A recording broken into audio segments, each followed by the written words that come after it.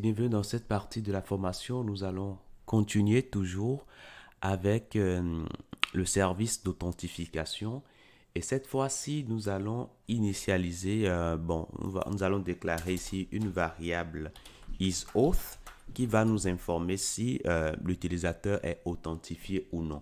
Donc, on va mettre un observable. Donc, ce sera ici new behavior subject. Alors, le type de données qu'on va mettre dedans, ce sera en booléen, donc true ou bien false. Et par défaut, on va considérer que l'utilisateur n'est pas connecté. Donc, par défaut, on va mettre false, tout simplement. Maintenant, lors de l'initialisation de ce service, bon, première des choses qu'on exécute, c'est le constructeur. Vous êtes d'accord avec moi? Et donc, de ce point de vue, nous allons alors mettre à jour les informations sur isAuth. Alors, quand est-ce qu'on va dire que l'utilisateur est connecté? Ben, quand on aura token et puis user token au niveau du navigateur, là, ça peut nous donner des indices comme quoi l'utilisateur est potentiellement connecté.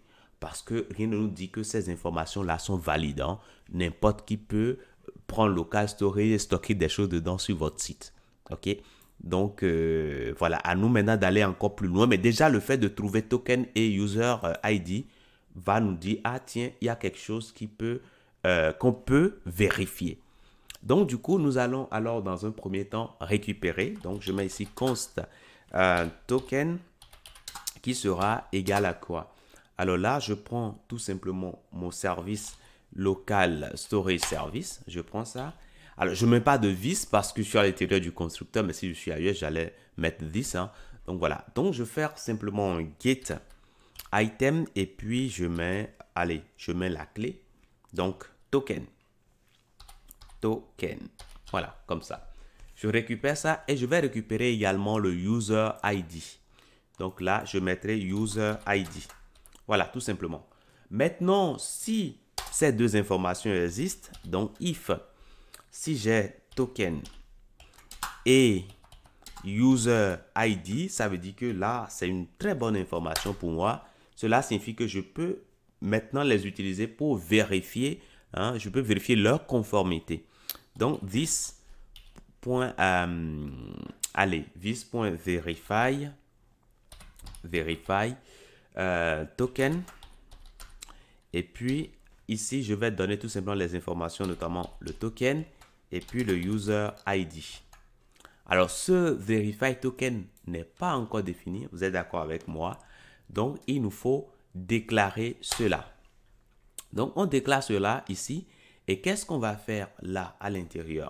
Allez, première des choses à faire, bah, nous allons tout simplement construire une donnée qu'on va envoyer au serveur pour qu'il puisse nous faire la vérification. Donc, je vais alors mettre ici const data qui sera égal au token qu'on a reçu et puis au user ID qu'on a reçu. Parfait. Maintenant, qu'est-ce qu'on fait? Ben, on va faire notre requête avec HTTP. On va faire une requête post. Allez, post, voilà. Et le type de données qu'on attend, c'est response request. Parfait. Donc, là, je vais indiquer ici le chemin vers l'API. Donc, API URL, je récupère ça. Et puis, une fois que ça, c'est bon, je vais concaténer ça avec user.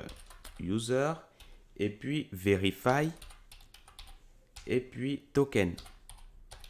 Voilà, tout simplement. Je vais indiquer les données. Voilà, tout simplement. Et une fois que je fais cela, bah, ça va nous retourner un observable. On peut déjà nous abonner là-dessus hein, avec subscribe. Et puis, on va écouter les émissions de données. Donc, Nest. Maintenant, si ce qu'on reçoit ici, on peut le mettre dans result. Voilà, de type response request. Voilà. Maintenant, si ce qu'on reçoit is success à true, ça signifie que l'utilisateur est bien connecté. OK? Le cas contre ça dit qu'il n'est pas connecté. Donc, on va alors faire appel à emit auth. C'est emit auth qui va modifier les valeurs de isAuth. Donc, emit auth ici. Et puis, on va lui donner ici résultat.isSuccess qui sera un booléen qui sera true si l'utilisateur est connecté, c'est-à-dire si les données qu'on nous a fournies lors de la requête sont correctes, et false dans le cas contraire. Et puis, je peux le remettre également data, hein, tout simplement. Emit auth que j'ai ici n'est pas encore défini. Je peux rapidement définir cela ici. Et qu'est-ce que je fais ici à l'intérieur? Bah, je vais simplement déjà prendre this isAuth et je vais faire simplement un nest. Je vais lui ajouter quelque chose. Alors, sachez bien que par défaut, on est à false, n'est-ce pas? Donc, j'aurais envie de lui mettre quelque chose si et seulement si la valeur que j'ai dedans est différente de false, de ce qu'il y a dedans actuellement. Mais quoi qu'en soit, ici, je peux mettre ici nest et mettre quelque chose dedans. Et ce que je vais mettre dedans, ce sera simplement isSuccess que j'ai reçu en paramètre. Ça peut être true, comme ça peut être false. En tout cas, je stocke cela à l'intérieur. Maintenant, si isSuccess est à true, ça dit que l'utilisateur est connecté. Vous êtes d'accord avec moi? Ça dit qu'il est connecté. Donc, ce sera alors important pour moi de stocker ces informations-là sur le client. Alors, sachant que ces informations-là peut-être peut déjà exister sur le client, mais si ça n'existe pas encore sur le client, puisque je vais utiliser isAuth également dans d'autres cas de figure, hein, autres que ce cas que j'ai ici. OK? Donc, du coup, si éventuellement ceci n'est pas sur le client, je stocke cela sur le client. Donc, je prends alors le local storage service avec this parce que je suis pas à l'intérieur du constructeur. Et puis, je vais simplement faire un set item. Je préciserai la clé qui sera token. Et puis, je préciserai la valeur que j'ai reçue. Et cette valeur se trouve dans data. Donc, data.token. C'est tout. Et je refais la même chose. Et cette fois-ci, ce sera pour le user ID. Donc, je mets la user ID. Voilà, tout simplement. Donc, voilà comment je vais faire les choses. Je reprends l'explication pour que ce soit clair pour tout le monde. On a dit qu'on va stocker dans isAuth un booléen qui sera true ou false.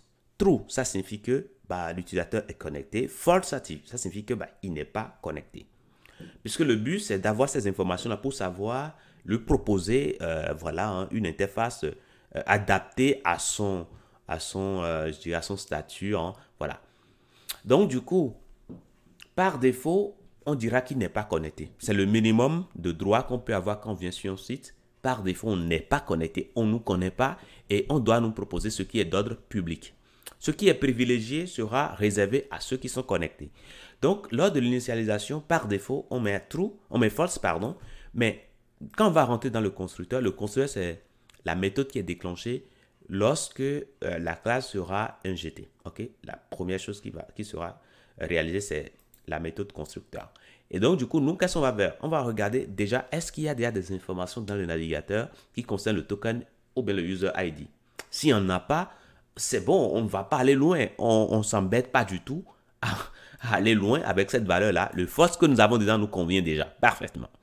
Par contre, si nous avons un des deux, ce n'est pas suffisant, on n'ira pas loin. OK? Voilà.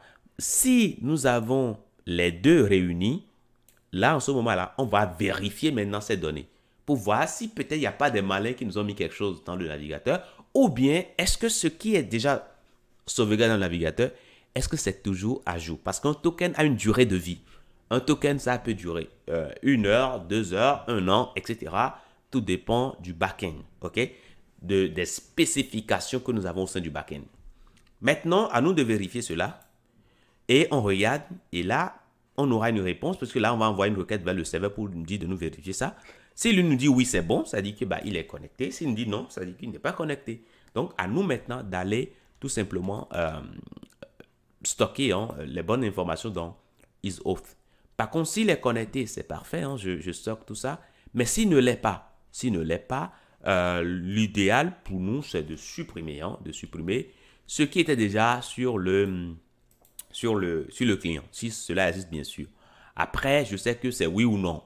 Donc, si ce n'est pas oui, c'est forcément non. Donc, je n'ai pas besoin de faire une autre condition ici. Je peux mettre ici else. Voilà. Et là, je vais simplement faire un remove item. Remove item, je mets simplement la clé et c'est bon. Parfait. OK. Voilà. Ici, je ferai alors aussi un remove item. Tout simplement. Et là, je mets simplement la clé que je veux supprimer. Et là, c'est bon. Je ne m'embête plus. C'est tout. C'est tout. Après, je peux aller encore beaucoup plus loin pour dire oui, ici, c'est quand c'est true que je mets quelque chose.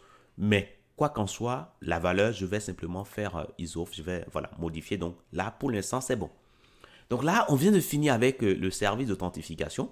Ce qui nous reste maintenant, c'est Auth Component. On va commencer tout de suite par inscrire les utilisateurs, bien sûr, et les aider aussi à se connecter une fois qu'ils ont fait leur inscription. Mais on aura besoin des notifications. On aura besoin d'envoyer des informations flash qui vont s'afficher sur